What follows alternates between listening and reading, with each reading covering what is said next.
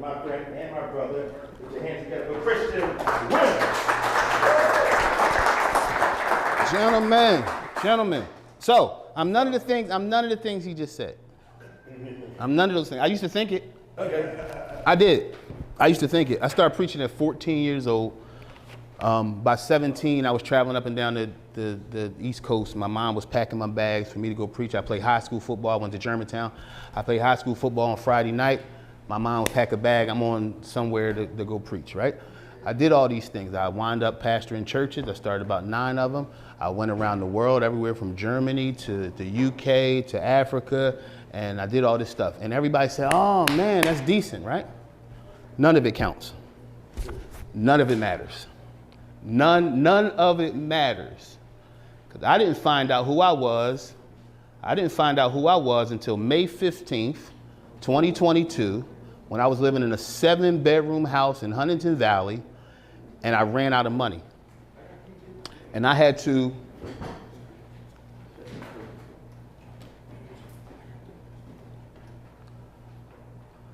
I was living in a 7-bedroom house in Huntington Valley, and I realized I ran out of money. All my life, I only had 2 jobs in my life.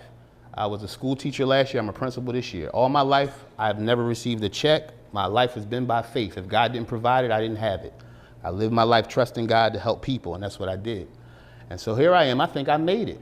I retired from pastoring at 39 years old. I got a kidney transplant January 3rd, 2020. And I sat back and retired. I said, I'm done. I'm gonna sit back and God is gonna bless me for all the work I've done. I sat back, I'm waiting for it. Did this all my life, nothing else, God gonna bless me. God, you gonna bless me, right? He said, yep. And then I ran out of money.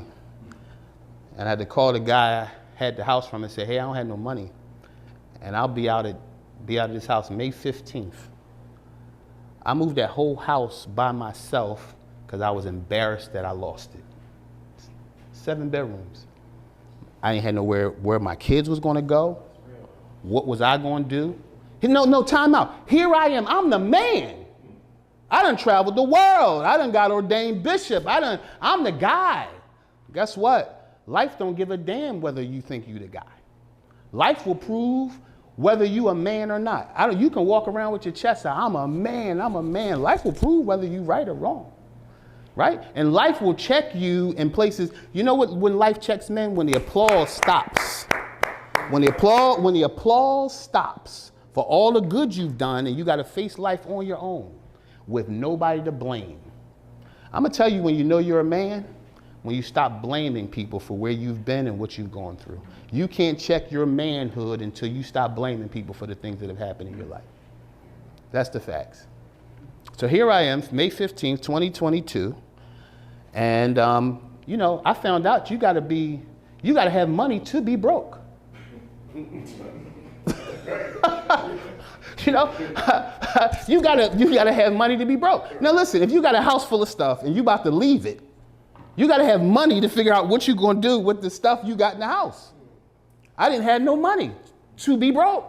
And I said, Lord, I need money to be broke. And the Lord literally gave me $600. I sold 3 TVs. I had $600, and $600, I called the mover and said, hey, the people, the junk people to come. He said, I said, how much is it gonna be? He said, $545. Yes. I'm celebrating that I'm about to be absolutely homeless and nowhere to go, but at least God provided this enough money for me to be homeless. You need money to be homeless. And here I am, house empty. I finally got it out and I stood there, and I've been through hell in my life. I have never had a nervous breakdown. I was standing over my sink and I watched this house go empty, and I had been working since 14 years old for God. This God that everybody says is gonna bless you. You know, church people say, God gonna bless you, God gonna bless you, God gonna bless you. And I'm still waiting. I gave my whole life to him and he didn't bless me. At least I didn't think he did. How can this be a blessing? For me to lose everything in a day. How can this be a blessing? I found out it was a blessing when I was sitting in a borrowed car the first night of my homelessness, and I said, where am I gonna sleep? And I said, the safest place to sleep in Philadelphia. You can't just sleep anywhere in your car in Philadelphia. Some said, go to the Fox Chase Cancer Center. I set the seat back. I'm in front of the Fox Chase Cancer Center in this car. I said, why am I here? It's where my mother died. And the Lord said, this is where people come to die. And that's why you're here. I brought you in this parking lot to die. I brought you in this parking lot to find out that everything that you did in life never defined you. I brought you here to find out who you are. Because the church people told you who they needed you to be.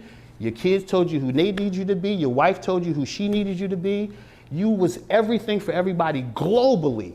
And you know the only person that I didn't know? Me. I knew what I needed to be. I didn't know me. If I walked around this room right now, all of you have a list of stuff you know you need to be. And we get lost in what we need to be, and it takes a long time for men to find out who we actually are. If you really look at your life, most of it was spent trying to be something for somebody.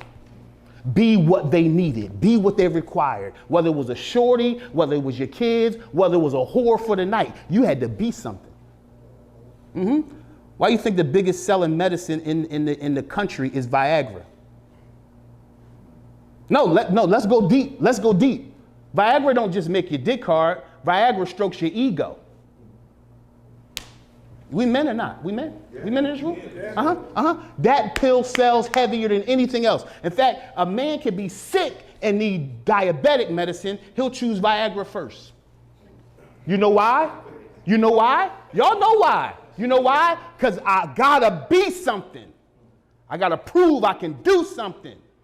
So even though my leg about to fall off with diabetes, I'm gonna have this right because this tells me I'm somebody. Right? That tells me I'm somebody. But who are you when you ain't got nothing? The greatest loss I ever took was the loss of who I thought I had to be for other people. The things I thought I had to be. I'll tell you this. Remember that game, Whisper Down the Lane? Anybody remember that game? When, say, this brother starts a story or a line, or he whispers it, and he whispers it, and he whispers it, and he whisper, until they go all the way to apostle. And most of the time in that game, probably 98% of the time, it changed. What he said is not what he got, because what he said had to pass through so many opinions, perceptions, judgments, thoughts, bad relationships, ups and downs, sickness and health. By the time it gets here, that story has changed. That story is not the same story. This is the same thing. This is how it is with God. It's an image of God putting you in the world. God has an idea of who you are. He has an idea of who you should be. He has a plan of what you should become. And nothing is going to stop that plan, but that plan can go through ups and downs. What happens with your life is when you're born, as soon as you come out of your mother's womb, you're passed to a mama who has expectations of her son. And it may not be the things that God expected, but it's her expectations of her son. And then your dad may have some expectations. If your dad was a tough guy, he's going to want his son to be a tough guy. He's going to teach you how to be tough. And then your first girlfriend going to steal something from you. She's going to steal something from you emotionally. You're going to go through something with her. And then you're going to have some friends. And every time you pass through life, you're going to be shifted and shaped by something different. The problem is, by the time I get back to the originator of the idea of my life, do I look like anything that he said? Brothers, you better slow down your life and take yourself back from the opinions of people. Because one thing you can't avoid is you cannot avoid death. At some point, you're going to come back to the originator of the story. And the question will be, do I look like what he said, or do I let everybody and everything else change me? Oh, I meant to shake your hand from your story, brother. When you were telling about court, I was listening. So many men go through that. The courts ain't on no man's side. Not at all. The courts ain't on no man's side. You know why you stood up? because he got tired and he stood up for who he was and not what the baby mom expected. She probably expected you to just sit down, because that's what most men do. I'm going to teach today. I came to do it. I ain't taught in 4 years. I went in silence after homelessness. I had to find out who I was again. And now I'm back. And I'm back speaking to the only thing I care about now. Men. That's where God started. God didn't start with nothing else but a man in a garden. That's what he started with. And let me tell y'all something else. You know how God created things? If you read the Bible, if you go to church, some preacher going to tell you, God created everything by the word of his power. He did. Let there be, let there be, let there be. He did. That's true. But when he said, let us make man, he stopped talking and he started touching. Peep it. Scripture says everything that was created, God said, let there be. But when he wanted a man, he put his hands in dirt. We're talking about God in heaven put his hands in dirt, because that's how important you are to him. He didn't make you, man. He crafted you. Come on, say it with me. I wasn't made. I was crafted. And that's why Shorty can't treat you like that. Because you woke up and said, damn it, I'm crafted. I got kids. My kids need to see a man that knows he crafted. So I'm going to tell y'all the truth, because that's what men do. Men tell the truth even to their kids, because men are crafted. Men don't play the games. Listen, when you're crafted, you don't move to everybody's shape. You don't bend to what other people think and say and feel. You got to know who you are. That was a move of a man who knew who he was. A lot of men sit down. Not because he's weak, because he don't know who he is. And men who don't know who they are afraid of the emotions of women. That's why most men are crushed under the power of women, because we don't know who we are. We're crushed under what they say. Some of you, somebody called you ugly or fat when you was 12, and it still affects you at 45. One girl said something negative about you. I don't really like your hairline. And at 52, men still deal with that stuff. You still looking at me. I ain't got nothing now, but you still look. My hair, you see? See, as strong as we say we are, when you really do an assessment of yourself, there's a lot of brokenness in there. You know what? I was able to hide my brokenness because I was able to speak well. So I was able to go places and people say, wow, look at him. But I remember the days of being in South Africa in a stadium full of people, 20,000 people, then going back to my hotel room wanting to kill myself because I just lifted them all up while I felt dead, and I helped them find them, but I couldn't find me. Oh yeah, I wrote in my book, 1441, I left church to serve God. That was the last book I wrote before this one. What was a Saturday night, and I said, you know what? I can't do this no more. I can't do this anymore. I can't do this anymore. In 5 years, I buried my mother, my father, and my daughter. In 5 years, eulogized all three of them. My daughter was 4 months old, and I woke her up. I went to wake her up, and she was flopped. And I picked her up out of her crib, and I put her in my arms, and I prayed to God. I've been praying to God for people to get healed all their life. I've watched people get healed. I watched people, all kinds of stuff. I watched God do things through my life. This miracle worker. But in this moment, when I had my Lydia in my hands, my prayers would not work. And she died in her father's hands.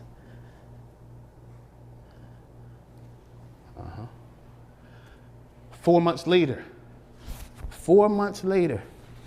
my father, 59 years old, said, son, come help me get dressed. I said, all right, I'm going out. I said, where you going? You don't go nowhere. I'm going out tonight. He went on out that night looking good. My mom called me to say, your dad can't get out to bed. In 7 days, my dad was dead, 59 years old. My mother got a cancer diagnosis, 2012. They said she had pancreatic cancer. And 10 months, my mother was dead. I was 32 years old, had lost my father, my mother, and my daughter. And I couldn't find my mind. I'm in a 1-bedroom apartment on Shelton Avenue. And I said, I'm done. The preacher man, done. I'm done with God. I'm done with power. I'm done with people. And I went and I said, you know what? Today I die. I got in my car and I rode down Shelton Avenue. I said, I'm gonna ride down here as fast as I can through every light all the way to the dead end. Somebody's gonna crash into me, I'm gonna crash into something, and today I'm gonna die. I put that car, I hit that gas from Shelton where the welfare office is on Shelton Avenue. And I hit that Baton Street, Baton Street right under the bridge where Charlie B's is. I know none of y'all ever been to the bar, but I'll just tell you, but there are places called bars where people get drunk. And and I've been to a few of them sometime, all right? I know y'all ain't never been. I'm going to tell y'all so y'all don't go, all right? So here I am. And I said, you know what? This is it. I went and bought a bottle of vodka. I said, I'm going to take a shower. I said, I'm going to take a shower before I kill myself. I didn't, the mind. Take a shower before I kill myself. And I drank the whole bottle in the shower. I got out the shower, I put on shorts and a t-shirt, and I hit that gas all the way down, full speed. I'm saying at least I'm going to get locked up. Something. I didn't die, didn't crash, didn't get locked up. I got all the way to the dead end and felt like a fool. I said, damn, I can't even die right. That's how bad things is going. I can't even do this the right way. Man, it's the easiest thing. Here I am riding back up Shelton Avenue to my apartment with music on. Oh, what are you? This is the power. This is how the enemy will have your mind. You don't know what your thinking is. I come back and I say, well, I didn't die that way. I took a knife and started cutting my wrist. I still got all the cuts all throughout this tattoo. I got all down my arm, cuts in my arm, and I could not. It would not bleed enough. Here I am. It's Sunday, and guess it's Saturday. Guess what I am? I'm a pastor at this time. I'm a pastor. So I had to sit down and say, number one, how am I going to go tomorrow and be something to a church? Tell them y'all can make it. And I just tried to kill myself for the last 7 hours. It's blood shooting out my arm. I go to the store. I get enough to patch me up, both arms. And I wake up the next day, put on the pastor suit. You ever woke up and put on a suit? Huh? I ain't talking about a clothes suit. I'm talking about putting on something you had to be to get through that day. Something you had to be to get through the argument with your wife. Something you had to be just to get your kids. How many things have you had to be? And after a while, you have to be so many things that you don't even know who you are anymore. You had to be so many things that at some point you got to take your life back. And for most men, we don't know how. So tragedy has to strike. No, you know why we don't know how? Because nobody taught us how. Because our fathers didn't know how. Our fathers didn't know how to get through it, so nobody taught us because the thing that kills men the fastest is pace. Pace, pace, pace, pace. We don't know how to slow down. If we slow down, we think we might die. I gotta go, I gotta think, I gotta figure it out. And you ever notice you moving? It's like running in place. You done ran enough for a mile, but you look down and the carpet ain't changed. So here I am, I get ready to go to church the next day because I had to be something to these people. They waiting for me. And here I am putting my shirt on, and I was preaching, getting it going. And I felt my arm getting wet up under my shirt. And I knew I'm about to bleed through my shirt. What did I say? The people can't see this. I got a character on right now. I can't let the people see Superman bleed. So I held my arm, held my jacket close. I finished and encouraged the people while I was bleeding all through my shirt and my suit. It wasn't until I was laying in that parking lot, in that borrowed car, that I said, I'm not a pastor. I'm not a bishop. I'm not all these things people say.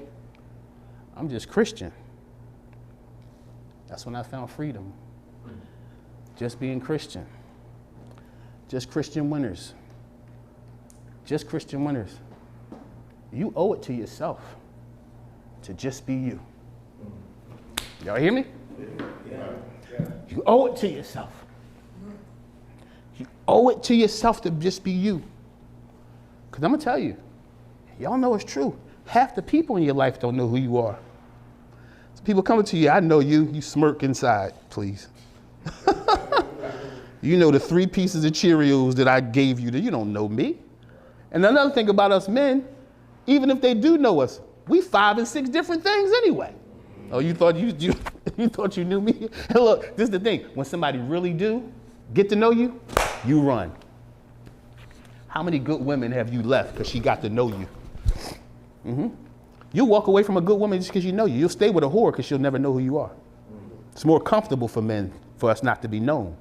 That's why it's hard for us to stay down with good women, Because a good woman will look straight through you and say, you sad, ain't you? Nah, baby, what you talking about? I'm good. A whore ain't never going to ask you how you feel because she don't care. And many of us like that because we don't care about ourselves, and it feels good to be around people who don't care either. Because when people care about you, it challenges you to get better. When they don't, you can be whoever the hell you want to be. We are in trouble in this world. Men are in trouble in this world. You know why? Because nobody listens. They don't listen to our wisdom. And if they don't listen to our wisdom, they surely don't listen to our pain. And pain is real in men. Pain is real in men. Do I got 3 more minutes? Can I get that? Can I get that? Can I get 3 minutes? All right. Let's look at a few things. I looked at a few things I want to point at in this book. Now, I wrote this book for men. I've got another one called The Soul of Sarah for women. I'll be teaching women. Matter of fact, you said teaching women. I agree with y'all. I don't think y'all should bring no women in here. Because women don't understand enough. Women parse out pieces of conversations and then build cases on the pieces that they listen to. They don't listen to the whole thing. You ever talk to a woman and she said what she thought you said? You said.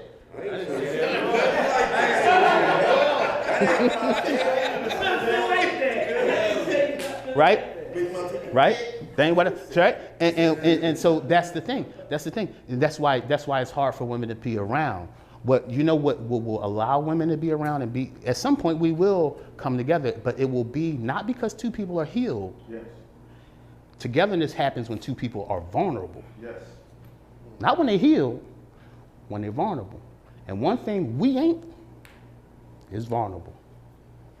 Vulnerable? No, ain't no man gonna be vulnerable. Oh, baby. No, you get caught up being vulnerable. You get caught up not being.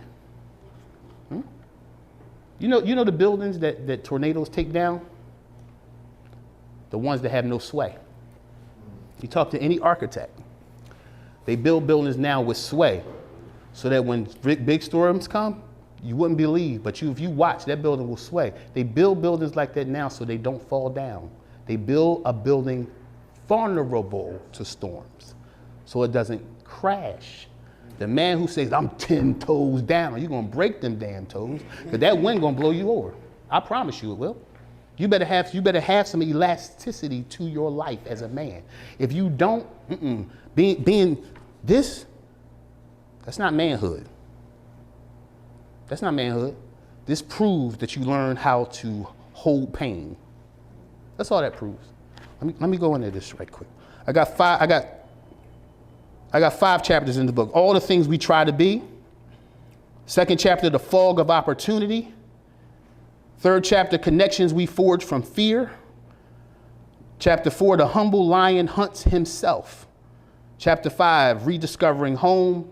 And chapter 6, what I did while I was homeless, I figured I'd go ahead and write a book while I was homeless. So I got on my phone and I started writing how I really felt every day, like a journal. I put that in this book raw, unedited. I put it right there because I needed people to know how it feels. I needed to speak to it. So when men read it, I'm guarantee you it's words in here that you said yourself.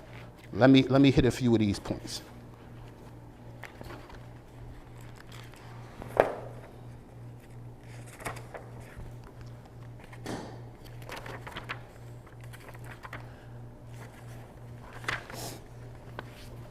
Just from chapter 1. The societal pressures and expectations placed on men can be overwhelming, constantly pushing us to strive for external validation. Pursuing being enough becomes a relentless journey, leading us to question our worth at every turn. However, it's crucial to recognize that within you lies an inherent completeness. An inherent completeness. Say this with me, brothers. I'm complete. Sometimes it's hard to embrace that because you have so many things going on in life. Don't count the things that are going on in your life to think that you're not complete. This is the thing. Say this with me. Everything I need is already in me. Merely waiting my recognition of it. Listen, if God made you, he didn't make you missing anything. The only person who thinks you're missing something all the time is your wife. The The only person in your life who thinks you always lacking something and need to get it together is most of the time it's your women, it's his wives, it's girlfriends. You got to understand as a man, God made you lacking nothing. You're not missing anything. You might have not developed something that's in you, but you don't, listen, the thing that hurts men is chasing. Chasing is what hurts us. Chasing what? What I think I need to be. You don't need to be anything but who you are. Flaws and all, you're okay. Okay? Let's go to the Bible right quick, because this is one thing that drives me crazy about religious people. Okay? Y'all know David? Y'all ever heard of David? Yeah. King David? Yeah. King David, king of all Israel, the man, the myth, the legend, knocked the Goliath inside the head, David. Y'all know him? Mm-hmm. Y'all know David also was a freak? Yeah. Huh? Y'all know David was sitting on his porch one day and saw a bad shorty butt naked get in the bath. He said, oh, he didn't care that Goliath didn't matter. All this the kingship didn't matter. He was ready to get butt naked. He's taking it all off. He looked up there and saw a girl. He said, who that? Oh, that's the general's wife. What general? The general of your army. Oh, really? Doesn't matter to me. Bring her over here. Right. Huh? Bring her over there. Brought her over there. He laid with her. Not only laid with her, he made sure he got her good and pregnant. He said, oh, you pregnant? Okay, what we going to do about this? We don't need an abortion. We ain't no need for that. Let's kill the husband. Where the husband? He had battle. Let's kill him and act like he died in war. King David. You think when God chose David to be king, he didn't know that flaw was in David? You think God didn't know David was a freak? Come on. Yeah. Come on, talk to me. Yeah. Talk to me. Yeah. I'm not in here with a collar and a robe trying to dance around scripture. I'm talking about real men and real scripture. Yeah. David died a freak. Oh, y'all ain't read enough Bible, ain't been to the right church. Oh yeah. David was dead, half dead, in the bed. He ain't moved in weeks. He said, anybody go in there and see whether he's alive? We ain't got to go in there and see alive. I'm going to tell y'all how to see if he's alive. Throw a young girl in his bed. If he move, he alive. If he don't move, he dead. Even everybody else knew he was a freak. David died that way and God still honored him. Because his flaw didn't stop God from using him. And your flaw is not going to stop God from using you. Anybody heard of Noah? Y'all know this guy Noah? Huh? Yeah, Noah built a boat and saved his family from the destruction of the whole world, right? Destruction, that means trees, crops, seeds, everything gone, right? Everything gone. Okay, so if God destroyed everything, y'all come with me right now. If God destroyed everything, how did Noah get drunk after he landed the boat? That nigga grew it himself. Huh? That nigga grew it himself. How he grew it himself? Go deeper. Go backwards a little bit. He grew it himself, yes. So he must have brought the seeds with him. Say it again. Say it again. So say it loud. The seeds to grow the grapes to make the wine before he got on. So this boat that he built to save himself from this thing that was about to destroy everybody, before he got on it, he said, I'm going to take my addiction with me. I need this, homie.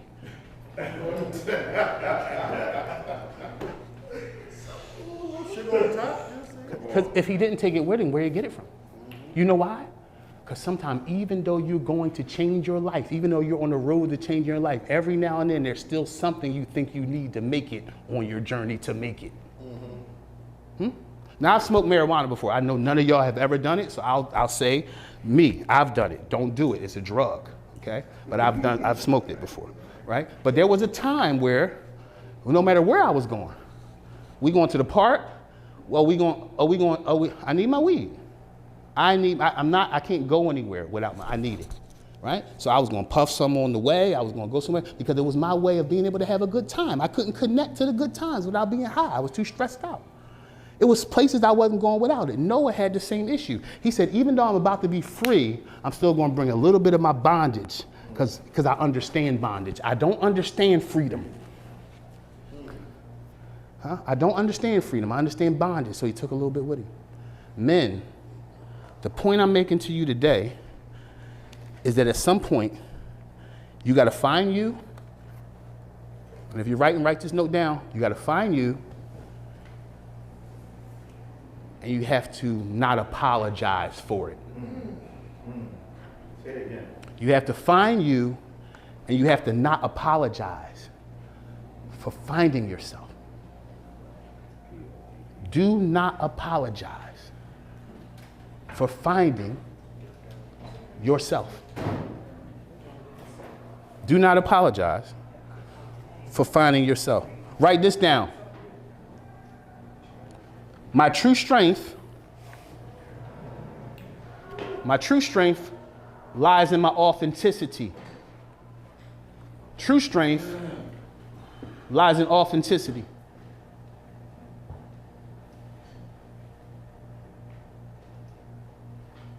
That's where true strength is. True strength is in being who you are. I'll say this, somebody can expect you to be a good thing, but if it's not you, don't do it. Right? Hey man, I want you to come help me do this. If it ain't in your wheelhouse, don't do it, because you can't do it the best. Let's move further. The next one I want to just cover right quick, the chapter, I'm cover a point out this chapter called the fog of opportunity. Don't be blinded by the illusion of what you think you need. Don't be blinded by the illusion of what you think you need. I need this. I can't do this unless I have this. I can't do this unless I have that. I can't do this unless I have that. All you need is you, bro. All you need is you. All you need is you. You are the gift. You're the gift. You're the gift. The fog of opportunity. Opportunity is good until it becomes an escape from reality. Opportunity is good until it becomes escape from reality. You know, most men find a job they love, and they say, God, I got a good job. You know when that job becomes bad? When your wife and kids ain't see you because of that good job. A good thing can become a bad thing very quickly for a man if you don't find how to balance it in your life.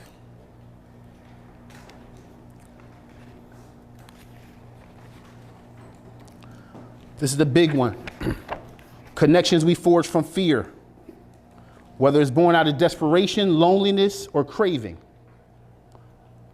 Watch this. Listen very close. Sometimes the need for companionship or affirmation can close our eyes to the toxic nature of the connection. I'm going to say it again, because I believe every one of us have experienced this before.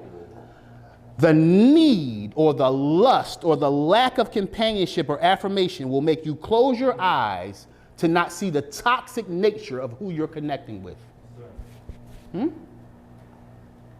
going to tell y'all something. I got married twice. I should have never left my first wife. Never. Mommy asking, you have kids? Yeah, I got 4. In that same... Oh yeah, and me and her are best friends. You know who I go through hell with? The woman I thought I needed. The second wife. All hell broke loose because I thought I needed her. Yeah, she was a butterfly, right? She's beautiful. I mean, she looked like a model. And I found out she was crazy as a bowl of spaghetti. But I thought I needed that. So I invited crazy in my life because I thought I was lacking something. Every time as a man you think you're lacking something, I guarantee you'll go add something that you do not need in your life. You ever went and grabbed something you didn't need and it cost you 3-5 years of your life? Mm-hmm. Yeah. There's some connections you wish you had never forged. The question is not, is the connection bad? I'm not gonna blame my second wife. I'm not gonna blame her. You know why?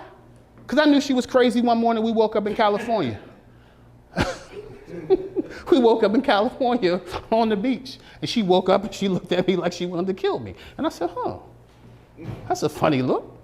And then all day long, she acted like she wanted to kill me. And I was considering what I did all day. Once I decided I had done nothing, in my mind, I should have said, this is her. But my lack, my need for affirmation, my need for love made me say, oh, this is just one day. Come to find out, it was the next 5 years of my life. I had to accept she was crazy once she was burning my closet and throwing bottles at me. And I'm still asking, what's the matter? But I'm going to tell you something, gentlemen. Y'all know like I know. When love and lack mix together, when you went and got something because you lack something and you fall in love with this creation, it's hard to get rid of something you thought you needed. Because the fact is, most of the things you find because you thought you needed it, it needed you more. It's going to get more from you than you're ever going to get from it. You ever been with a lady who got more from you than you ever got from her? You ever been in a situation that got more from you than you ever got from it? You ever had some homies that got more from you than you ever got from them? The question is not them. The question is, why did you hang that long? Let's move on. I'm almost done. I want to hit this. The humble lion humbles himself. We like the humble people to challenge us. You know who we don't like to humble? We don't like to humble ourselves. Somebody get in your way, you're going to let them know just who you are. Yep. When you go down, you don't remind yourself of who you are. You just go down. Humble yourself. I'll read this and I'm done. In the hustle and bustle of life, gentlemen, it's easy to lose sight of where you first felt free, whole, and prepared to succeed. Home isn't merely a physical space. It's a sanctuary of the mind. It's a dream you had. It's a goal you had. It's the embrace of people that loved you. Reconnecting with the essence of home means you can transform your journey to fulfillment and success. I invite you, gentlemen, to do this. I want you, I don't know when you gather again. Is this once a week, Apostle? Once a week. Once a week? Yeah. Week online and once a week in person. All right. Next week it'll be online? Yes, sir. All right. I'm going to leave y'all with something for next week. I want you to do this all week. When was the last time I was really home? Again, home can be a space in the mind. It could be with a woman you really should have been with, you messed it up. It could be with your children, but you're scared of rejection. Where's home? What's home? And I invite you to come home. Come home. Come home. Come home. Whatever home is, come home. Come home, because not being home has cost you. Come home before you lose the rest of what you have. Come home. Come home. Come home. Come home. Come home. Where is it? Come home. But you got to challenge yourself to leave what you call home so you can go home. Just because you made a space that's comfortable, you can be comfortably uncomfortable. And one thing about men, we can slide into any situation and figure it out. They give us a cardboard box, we're going to figure it out. We're going to put the flat screen on that side of the cardboard box. We're going to figure it out. But that don't mean it's home just because you made it home. Where did you care? When did you care about you? When were you your greatest investment? Come home. Come home. I'm done, fellas. Come home. Come home. Come home. Come home. Come on, brother. Any questions for Christian? Any questions? I love to answer questions. I love to answer them. I love to answer them. Hey, hang in there. My brother, hang in there. So, Yes, sir. I Good. got to guess about this, but Sure. what do you do when that home isn't either around, the person's there anymore, or it's destroyed? Because I say one place that was home for me was definitely high school. I was financially pretty much stable and I got to be myself, and it was a place that rewarded the things I was good at. So she And say high now school. Education is so shit. Uh-huh. I get it that Uh-huh. most people from rough places, but Yeah. we allow too much. Yeah. It was a regulated, consistent place where you knew what to do, you got rewarded, and what have you. Okay, so when you deal with home being the last place you felt home was high school, one of the things you said was you was financially secure there during that time of your life? Yeah. Okay. I was paying my own bills. I was a kid. Huh? You said you wasn't? Yeah. Okay, okay. But let's go deeper, because home is never physical things sometimes. Home is not that. Home, again, is mostly mentality. That's the question you got to ask yourself. When did I feel most myself? When did I feel most capable? That's a big question too for home. When did I feel myself, but when did I feel most capable? That's where you got to get back to. Again, that doesn't have to be a person, a place, or a thing. It can start off in a mentality. And the reason why, gentlemen, it has to start with a mentality is because even if you don't have quote unquote home, if you can go home in your mind, you can rebuild home in your future. I'm gonna say it again. If you can rebuild home in your mind, you can rebuild home in your future. Okay? Any more questions? Any other questions? Let's engage. Yes, sir. So when you were in that place, that dark spot, Yeah. how did you get out? Man, I want to ask which one. I've been in a lot of dark. Which one? When I was talking about one of them? I mean, just in, I guess like in general, like Yeah. what tool did you use to get yourself out or to get to a place where God can pull you out? Vulnerability. That's where I had to go. And you know what? If I name all the rough places in life, that's where I had to get to. I had to get to a place where I allowed myself to feel just what I was feeling, right? Because you can't equate feeling to weakness. You can't, for you to feel as a man is not weakness. When you feel as a man, that means you're the kind of man that understands. A man that never feels can't understand. A man that doesn't feel can't understand. So all that, man, I don't feel nothing. I put my boots on and get through it. When men talk like that, they're lying, number one. It just sounds good. And sometimes you're not saying it for other people. You're saying it for you, hyping yourself up. Yeah, but it ain't facts. No, It's not facts. You know what? But you don't. No, tell the damn truth. I'm putting my boots on. You don't even feel like standing up. How about say that? Yeah, I don't feel like standing up today. That's the way to freedom. That's the way to freedom, right? Man, I ain't got it today. I can't talk to nobody today. I ain't answering this phone today. That's the freedom. The thing is, we think manhood is, all right, they need me over there. I'm tired, but let me get over there, right? We've built this thing up that being a man is doing things that we don't have the strength to do, but we got the manhood to do. You ain't always strong, homie. I ain't gonna front, that's in my, it used to be, and it's still kind of in my definition. Yeah, well, it's in all of ours because but why you think that men having heart attacks at the rate we do? Huh? All of us. Huh? Holding stress in, and guess what? Always thinking the pace gotta be go. Slow your pace. The only thing you could do fast is crash. I got a question. Yes. Corey, did he answer your question? He did. Vulnerability. This space of vulnerability to me is what lets God do.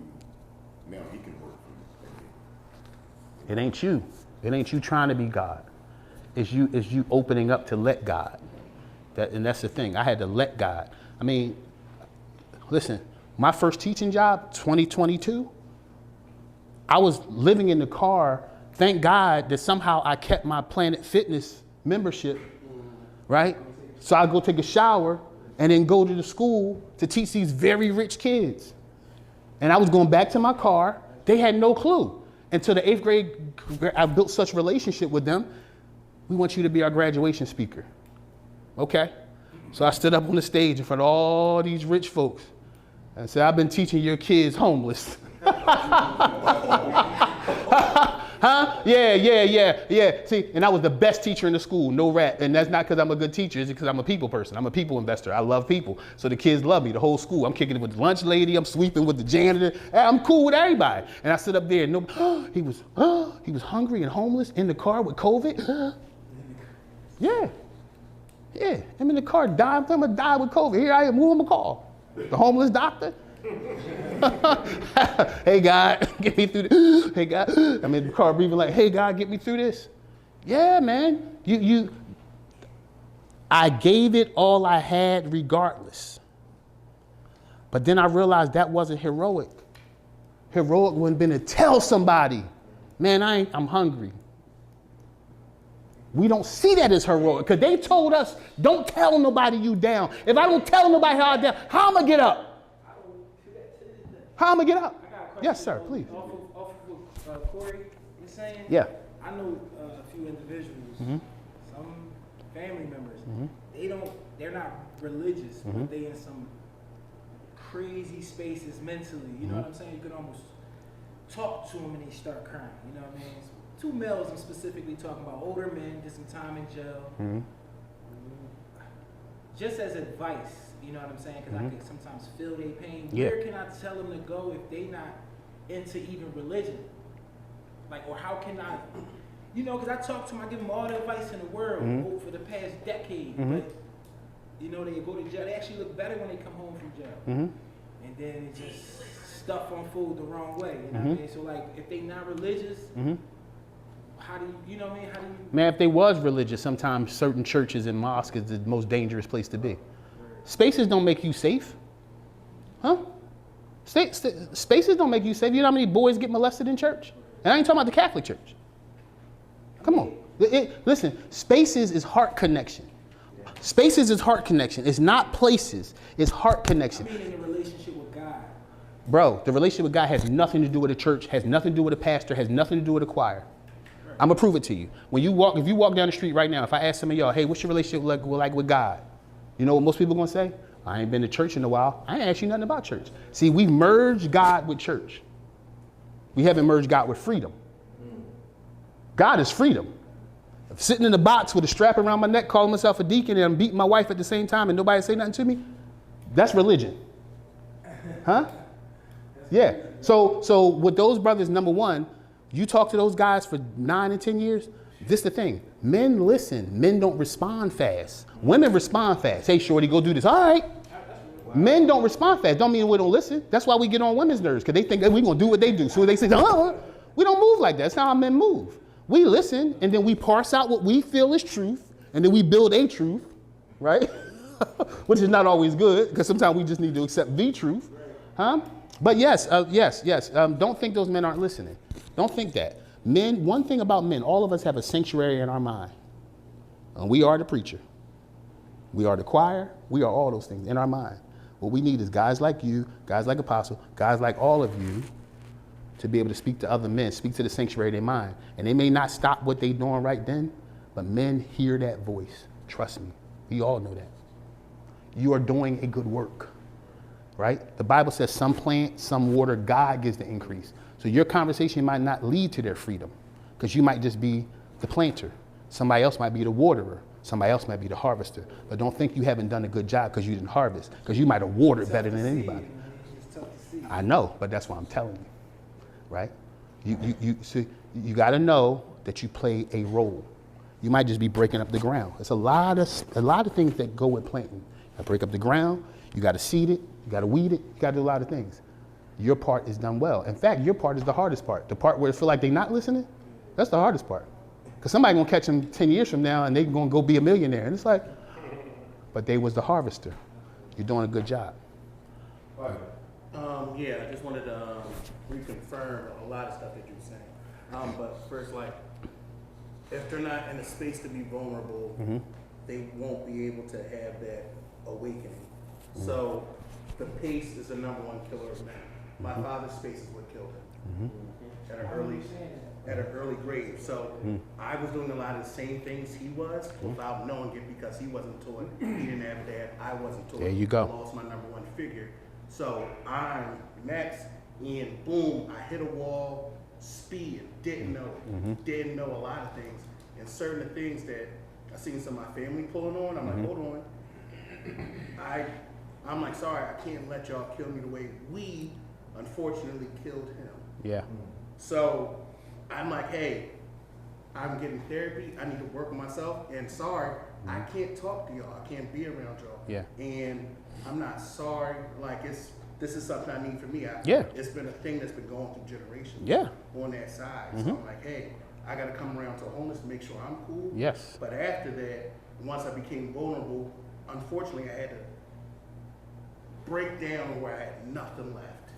So I'm like, hey man, God, whatever I need That's to do, it. I'll try. Therapy, I'm a spiritual man, but therapy is the doctor for your mind. If you have a broke elbow, you're not going to church. You got to go to the doctor of the mind. My folks don't even engage therapy. I mean, well, trust me, they ain't hit the bottom yet. Damn. Trust me, when you hit the bottom, you gonna try anything. Hit the bottom, bro. But this is the thing. This thing about the bottom. And I'm gonna tell you something about the bottom, and you're right. The thing about the bottom is this. The bottom, you might look from the outside and see somebody hit the bottom. They bottom, you will never see somebody's bottom. But listen, this is family, so it's an intense connection, right? Yes. And I'm trying to say it could be a variable. A bottom can also be something you can bounce back from. I don't want it to be that type of bottom for my foot. You know what I'm saying? So it's like it almost got me to the point where I'm questioning his logic. Like, can I? You know what I mean? It's a different type of help we need, but it's Yes, really, it is. When you get to that point that you're talking, because I feel that what you're saying now, I'll say this. We wrestle not against flesh and blood, but spirits, quote, principalities, powers, high places. That's when you got to deal with it differently. Some things ain't dealt with conversation, right? Jesus didn't deal with everything with conversation. Some things he had to deal with a spiritual manner. And I'm going to tell you, sometimes backing off is the way to free people, to deal with them in another whole manner, because it's a spiritual matter. When somebody's in a spiritual place, humanity won't pull them out of that. It's a spiritual matter. And that's why men have to be spiritual. I ain't say church.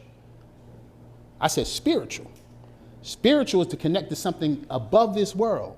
That's really the power of a man. I'm gonna tell you, that's not the power of a woman. All this powerful praying women and all, they made all that stuff up. The truth is, if we're gonna get to God, it's because the man took the family there. It's because you're gonna take them in there. You gotta take them there spiritually. That's the way out. That's true manhood. Yes, my friend. Yeah. Just wanted to ask you, he said like 35 years ago, Yeah. I had a very serious smoking problem. Yeah. Like a crazy smoking problem. And, wanted to stop. Yeah. And of course I stopped. Some my 35 years later, I had a cigarette. And because I knew it was going to help me. It's going to help me live longer. It's going to help me to, you know, I had a young son at the time. Just wanted to get physically better. Yeah. So there was something that I had to do in order to participate in what God was going to, in addition to what God was going to do. Yeah. But for me to participate, I had to participate. So my question to you is like how long were you homeless? Is the first part of it. And the second part is, what did you do to help change that? I was homeless for a year and a half. What did I do to help change it? The first thing I did was sit there and the last part of that book, the chapter 5, that's the thing that started me out, like started my freedom, vulnerability.